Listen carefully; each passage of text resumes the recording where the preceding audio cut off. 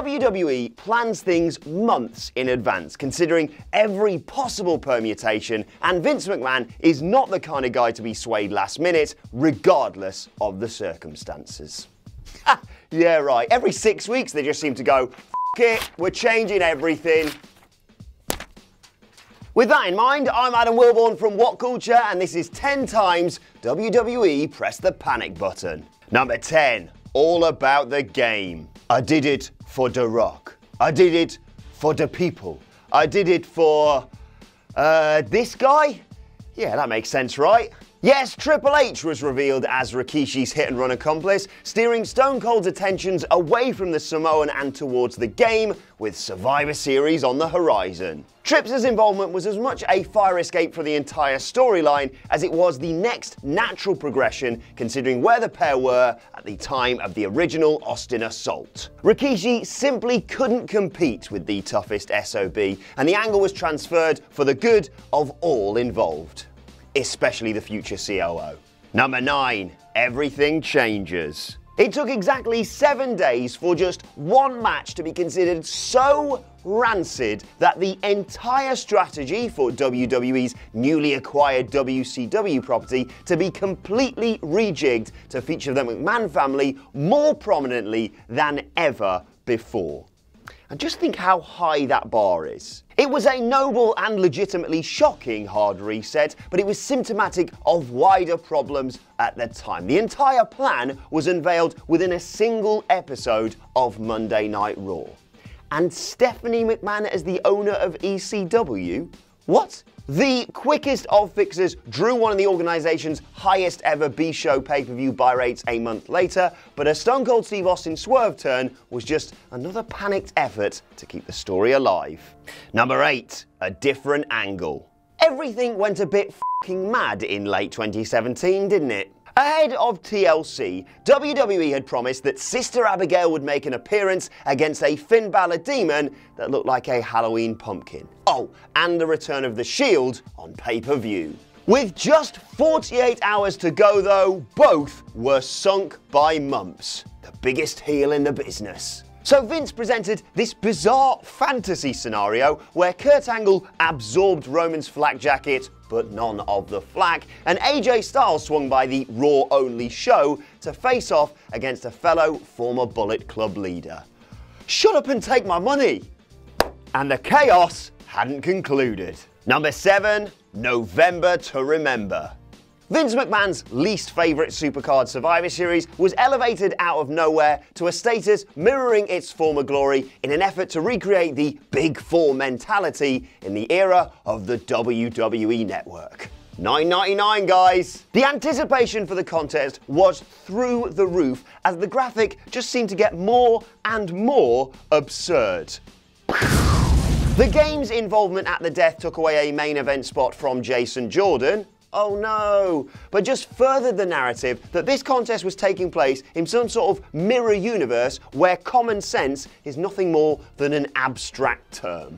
Number 6, Cannonballs. Vince McMahon had addressed his audience with a quiet dignity ahead of his Bad Blood in Your House pay-per-view to inform them that Brian Pillman had died earlier that day. Then on Raw, everything turned pro wrestling. Vince McMahon announced that Pillman's wife Melanie would be interviewed later in the broadcast. And if that seems bad enough, that was nothing compared to Vince's candor as he burdened the grieving single mother with the plight of her situation, making sure to get nice close-ups of all the tears rolling down Melanie's face. That the entire interview was plugged throughout the show as a certain ratings winner only makes it even more abhorrent. Number 5. What Katie did. Do I really have to do this?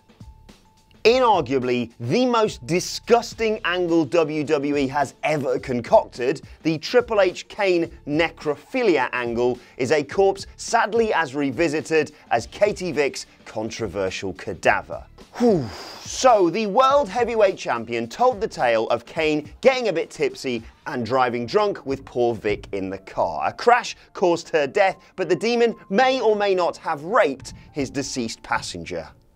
My parents watch this. Driving the point home though, ooh, mind games, the Game dressed as his rival in a stage reenactment of the corpulation, sexually assaulting a mannequin in a funeral home.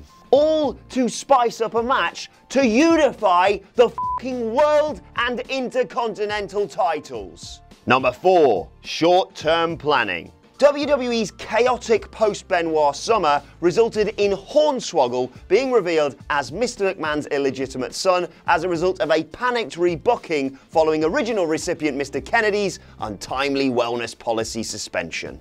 The one-note joke played out virtually every week, with Vince and his various associates incredulous at the childlike, get it, 'cause he's small, antics of the little bastard. Look, Hornswoggle was routinely the answer to a question few characters ever actually asked. Number 3, all to play for. Here's what happened in the creative meeting after WrestleMania X7. Good work, guys. People bloody loved that. So now we've turned Austin heel and The Rock's buggered off to Hollywood. Who the hell could he face next? Chris Jericho? Nah. Matt Hardy? No. You know what? F it. Why don't we just put Stone Cold with Triple H, because you know how much Hunter wants to stay near the top of the card, and have them face, I don't know, tag team champions, the Brothers of Destruction, with every major title in the organisation on the line, thanks to a winner-take-all stipulation as the Backlash headliner. Yeah, sounds good. Lunch? Number 2, have mercy. John Cena's injury on the Raw just before No Mercy brought to an end a 13-month title reign and forced the WWE to make a challenging decision in even more challenging circumstances. So the show began with Vince McMahon simply awarding Orton the prize before a shrewd Triple H goaded them into putting it up and losing it in the evening's opener. Granted, Triple H already had business with Umaga, but their battle became his first successful title defense later in the card. And the new champion was thrown into his third match of the night against a relatively fresh former Evolution member, with Orton barely keeping Triple H down for a 10 count to scarper off with the belt. I mean, credit where it's due, considering the original plan was just an Orton win. That is vintage Triple H. Number 1, love is a work.